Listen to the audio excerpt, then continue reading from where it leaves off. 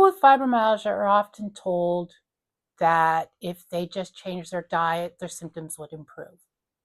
That if they just eat the right foods, that if they just follow the right diet plans, if they just eat in the correct manner, then things will get better.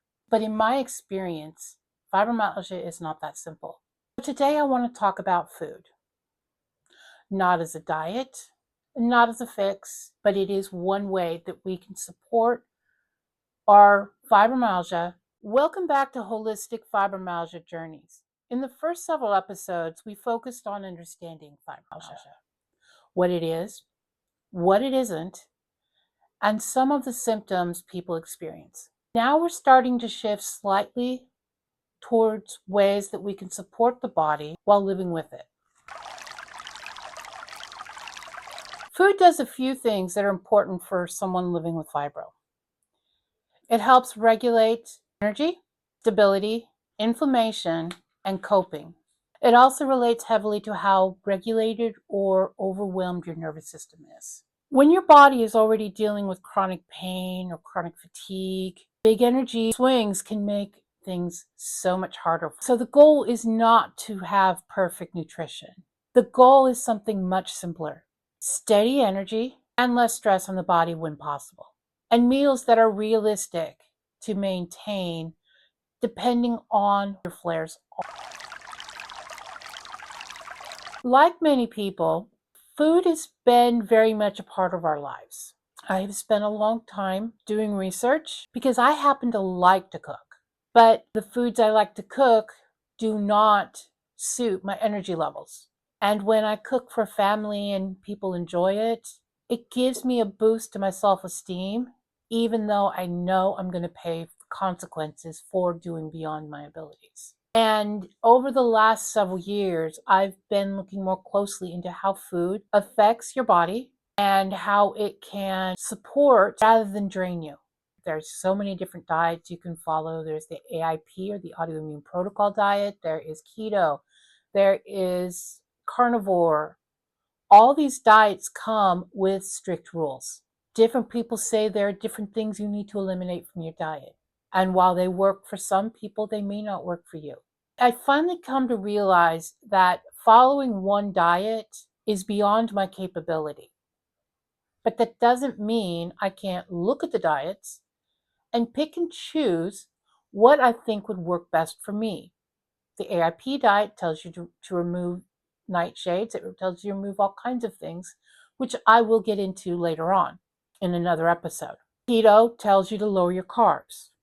While this is a form that I do follow, I don't follow it strictly because my energy levels don't allow for it. With fibromyalgia, exhaustion is a major issue we all deal with, even if energy levels is not your most prominent feature. Mine happens to be pain, but some it is the energy drain. And following a perfect diet only adds to the overwhelm and exhaustion we feel. So instead of trying to fix the condition through food, I started thinking of food as, rather than a cure, but as something to support my energy levels depending on what they are every day. And this is my experience. It's not going to work for everybody. I tend to follow a mixture of keto, carnivore, and low carb because I also have diabetes. So I can't go as low for keto as they want you to, because if I do, chances of my blood crashing are much higher. And I wouldn't be surprised if most people with fibromyalgia, due to our sedentary lifestyle, have diabetes. We gain weight and we have trouble losing it. When I started thinking about food, I started looking at the vitamins that are in the food because I was trying to start to stabilize my energy levels and my vitamins in my body. There are tests you can go out and take that can give you a breakdown of what your vitamin count in your body is, so you can start tailoring your food intake based on where your deficiencies are. I'm one who deals with nausea, so I have the difficulty of eating the 3, 4, 5 small meals a day. And that is what some people best respond to. I don't. I eat one meal a day for the most part. It's about trying to get the right combination of meat and vegetables. I also use vitamin supplementation. And I have seen a major difference, but vitamin supplementation is going to be something I cover in a later episode. For people with fibromyalgia, we're generally under a lot of stress, not only externally, but internally. And because we're constantly getting stressed, our body continues to wear out. And cooking, unfortunately, is another thing that does take away energy.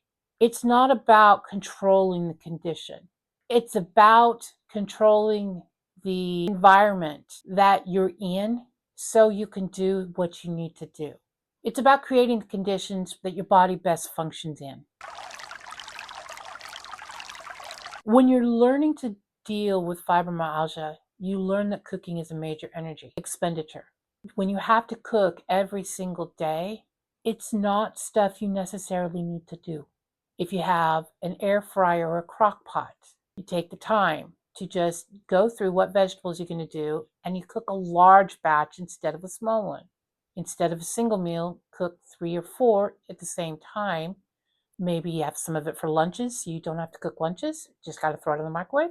And one of the things that batch cooking does is if you stick stuff in the freezer, when you do have a flare day, all you got to do is pull it out of the freezer, let it thaw, and then you've got a ready meal without the expenditure of that energy to cook again.